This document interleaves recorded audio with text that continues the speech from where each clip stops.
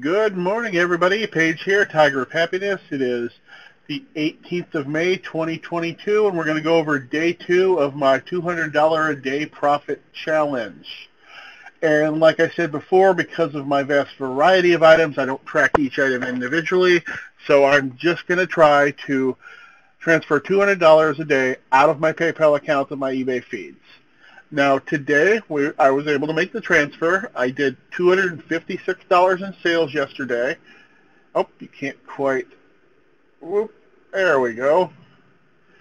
$256 in sales yesterday, which actually won't quite be $200 after all fees and expenses. At least I don't think it will be, but it's almost there. Now, did we sell anything interesting yesterday?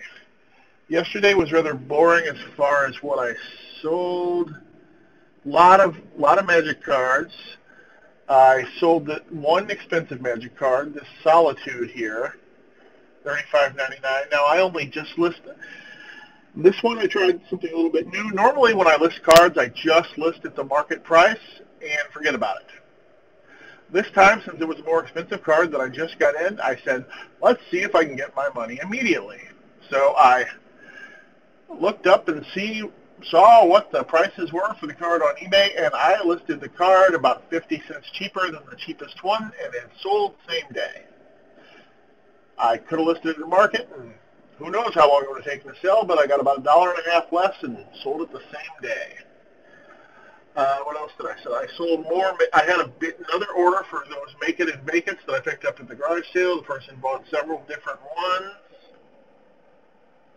Had one decent Pokemon card sell, a Raichu, $19.99 cool Pokemon card, number J. I had a bunch of Raichus, so it was marked on the sleeve by a J. That's what the J is there for. I've started lowering my prices on my vintage Pokemon. I kept all my Charizards off, but the rest of it could be years before it goes up. I'd rather get the money back to reinvest in other products. Let's see, what else do we got? Now let's talk about, as a card seller, when should you block a customer? Should you block a customer before they ever even do business with you? And I'm going to say yes. Here's an example of a card here that I got a question on yesterday. Sleep, Team Rocket, first edition, 1999 Pokemon, 79 of 82. Okay, this is essentially a bulk card of a rare set. It currently says 3-0 available. That's because, I'll explain that in a moment. But obviously I have more than one of the card. And I got a question from a member asking for more photos and close photos of the back. Now, when somebody sends you a request for more photos,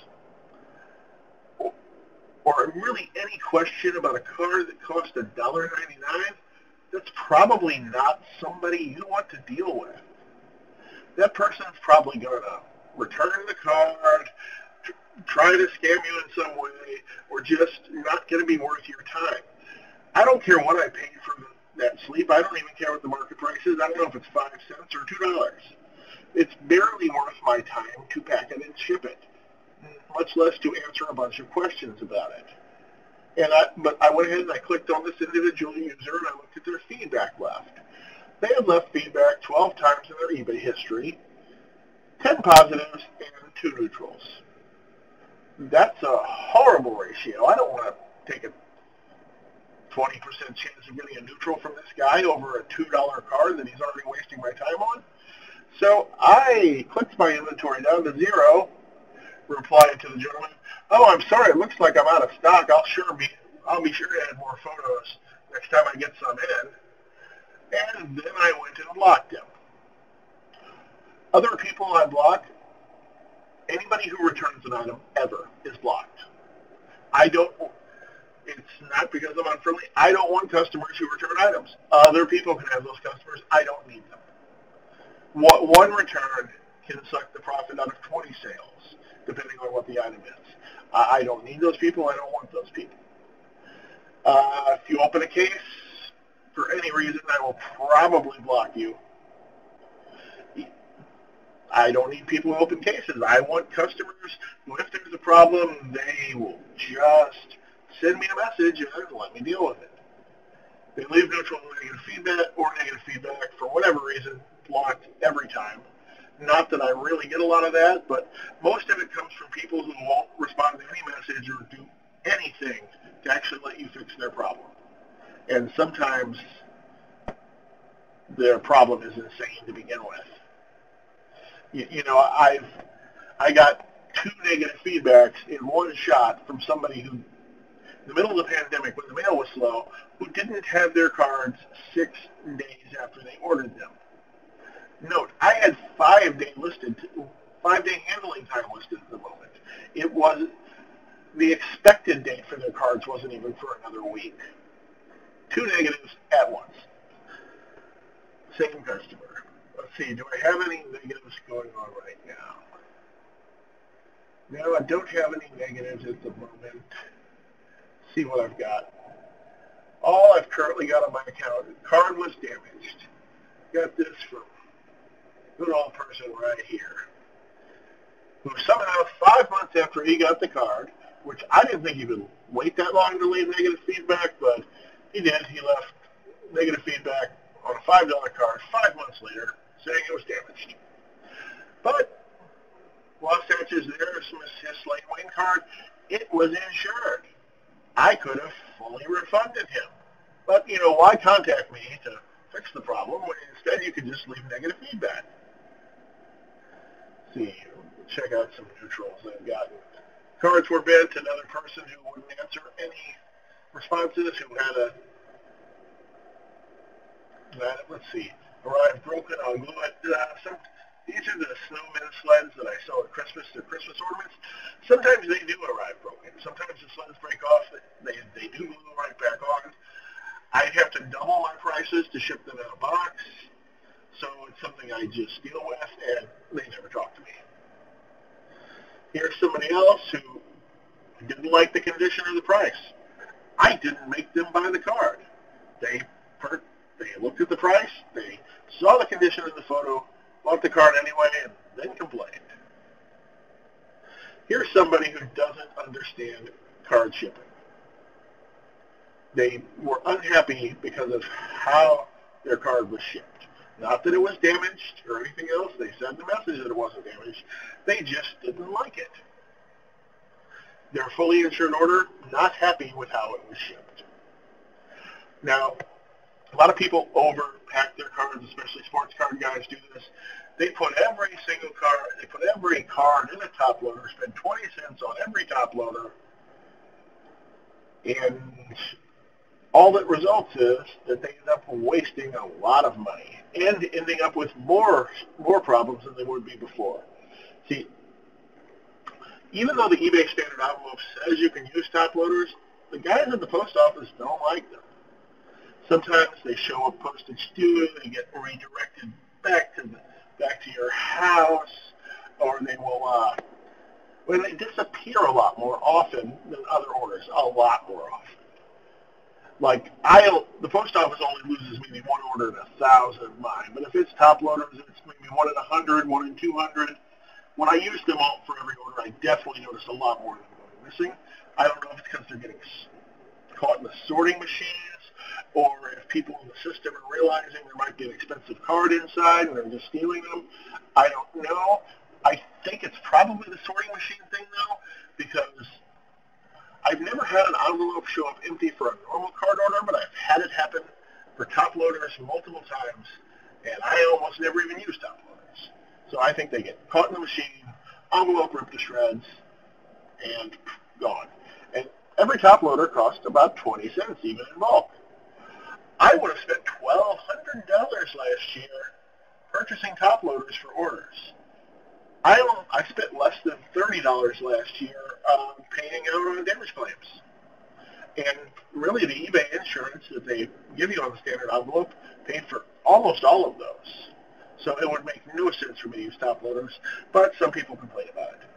I usually still use them on the rare occasion when I sell sports cards, because the sports card guys just expect it, and it's I don't sell a lot of sports cards, so I'm not too worried about the risk there. Another one, card listed as near mint, but certainly was not. I don't list cards with conditions at all. Didn't list the card as near mint, didn't list the card as slightly played. I put down a picture of the card. A buyer who couldn't read or simply put something into their own head.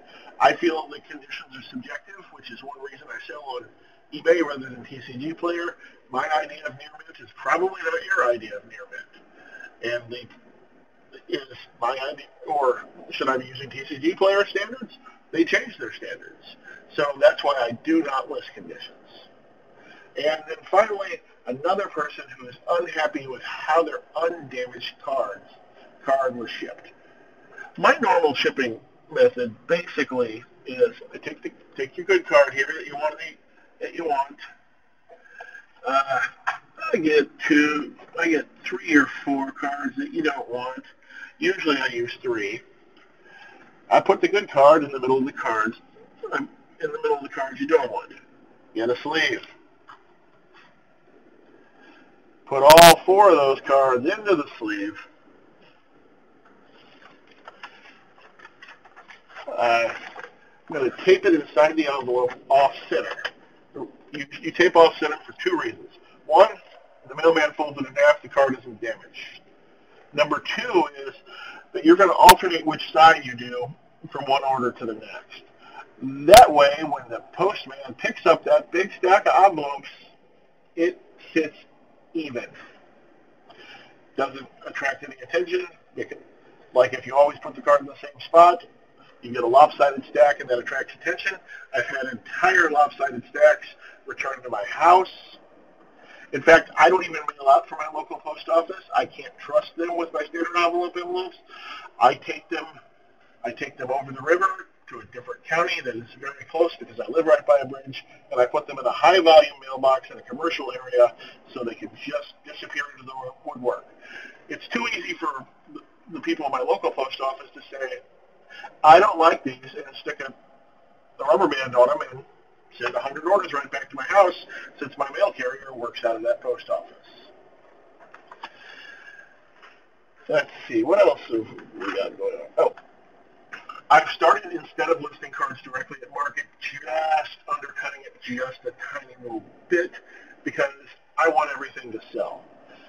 And one big difference between being a card seller and a card investor is that as a seller, you only have downside risk for the card. The card's worth $70, and I've got it up for sale, and it goes up to $80. I don't make $10 more. That card just sells instantly, and I still make the original money. But if the card goes down to $60, I have that downside risk. So I've started trying to not get every single penny or dollar out of cards unless they're in the bulk area, in which case I don't care. But yeah, I've started reducing the price on my more expensive cards a little bit to get them to move before another reprint comes along and sends their value in half or worse. There's one card I was updating the stock on the other day. I went ahead in my spreadsheet there, and it showed it was worth about 60 cents. I had one listed for $10. And why was that? I looked, and that's because it had been reprinted 5 times in the last 2 years. So I think it's something with the word Shepherd in the name. Not a card I ever played, but I don't remember the name of it. But yeah, 5 times in 2 years. Sent it from being a real card to a bulk rare. Since it's obviously very good, it'll probably go back up over time, but I'm not a card investor. I'm not sitting on cards waiting for them to go up. I'm purchasing whatever people bring me and selling it for more money to try to earn a living. And when you do that, you are operating very differently. I pretty much list every card for sale as soon as I get it or as soon as I can get to it. The only exception is right now I am holding back alphas, betas, the Four Horsemen sets, Arabian Nights, Legends, Antiquities, just because their prices have been flat for a couple of years. I'd rather just hold on to those because I do feel there'll be another flurry of activity with those sets, and I will sell my cards of those sets during that next flurry of activity. It's not really just an investment. I just don't like them sitting in my store with no actions, no offers, value still slightly eroding. I'd rather just put them back up when people are interested in buying them. And that's all I've got for today. Link to the eBay store is down below. Click the like button. Shout out to both my subscribers. See you later.